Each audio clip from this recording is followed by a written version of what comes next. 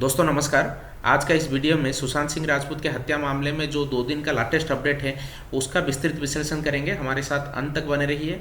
आज हम बात करने वाले हैं संजय राउत ने जो सुशांत सिंह राजपूत के पिता के ऊपर लांछन लगाए हैं उसकी सच्चाई कितनी है और रिया चक्रवर्ती कैसे अपनी ही एफिडेविट के जरिए खुद ही फंसती जा रही है, इसको समझने की कोशिश करेंगे। और डॉक्टर सुब्रमण्यम स्वामी ने क्या नया एविडेंस रखा है इस केस में, इस केस से जुड़ी हुई बहुत कुछ उन्होंने इम्पोर्टेंट कहा है, उसको हम समझने की कोशिश करेंगे।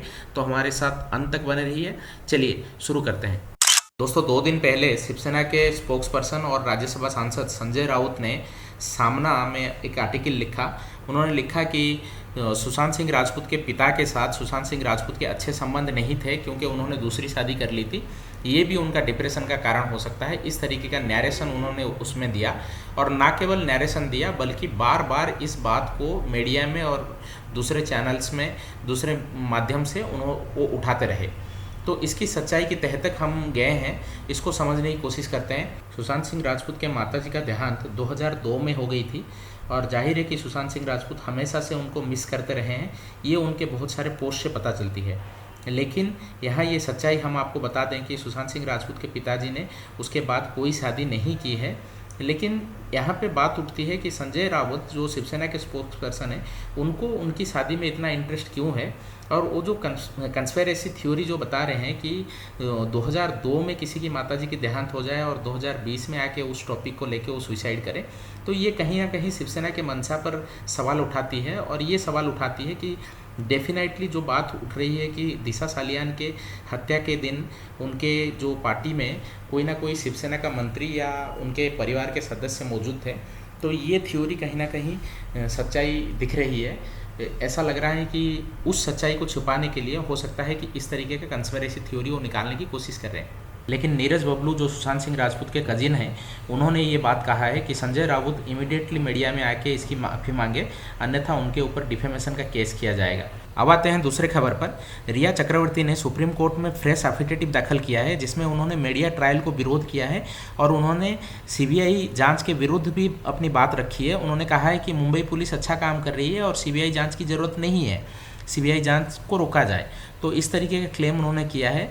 तो यहाँ पे हम आपको ये बात बता दें कि 16 जुलाई को एक वायरल वीडियो आया था रिया चक्रवर्ती का, जिसमें सादी सी ड्रेस पहन के एक प्लास्टिक के चेयर पर बैठे हुए उन्होंने हाथ जोड़ के ये रिक्वेस्ट किया था। और यहाँ तक अमित शाह जी को भी उन्होंने टैग किया था, कहा था कि सर ये इस पर सीबीआई जांच करवानी चाहिए ताकि दूध का दूध और पानी का पानी हो जाए और मेरा इन्वॉल्वमेंट इसमें कुछ भी नहीं है, ये सबको पता चले।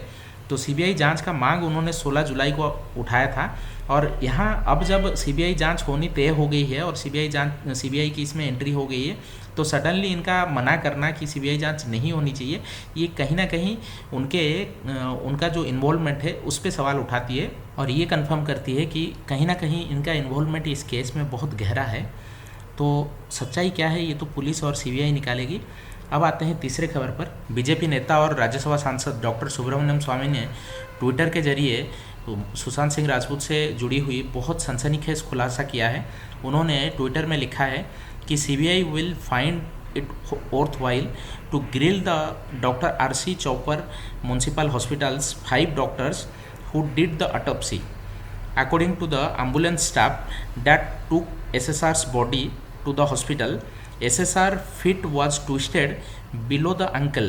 इसका मतलब उन्होंने सीधा सीधा डॉक्टर आरसी चौपर और म्यूनसिपल कॉरपोरेशन का जो हॉस्पिटल है उसमें जो 5 डॉक्टर मिलके ऑटोप्सी किए थे सुशांत सिंह राजपूत के बॉडी का, उसके बारे में उन्होंने सवाल उठाया है। और उन्होंने कहा है कि एम्बुलेंस स्टाफ ने कहा है कि सुशांत सिंह राजपूत का बॉडी जो है वो घुटने से नीचे मुड़ी हुई थी, जैसे कि वो टूट गया हो।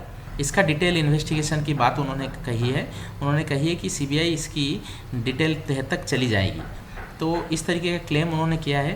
तो आप लोगों का इसमें क्या राय है इन तीनों खबरों के बारे में, आप लोग कमेंट बॉक्स में ज़रूर बताएं और हमारे साथ आप आवाज़ उठाते रहें ताकि सुशांत सिंह राजपूत को न्याय मिल पाए। धन्यवाद।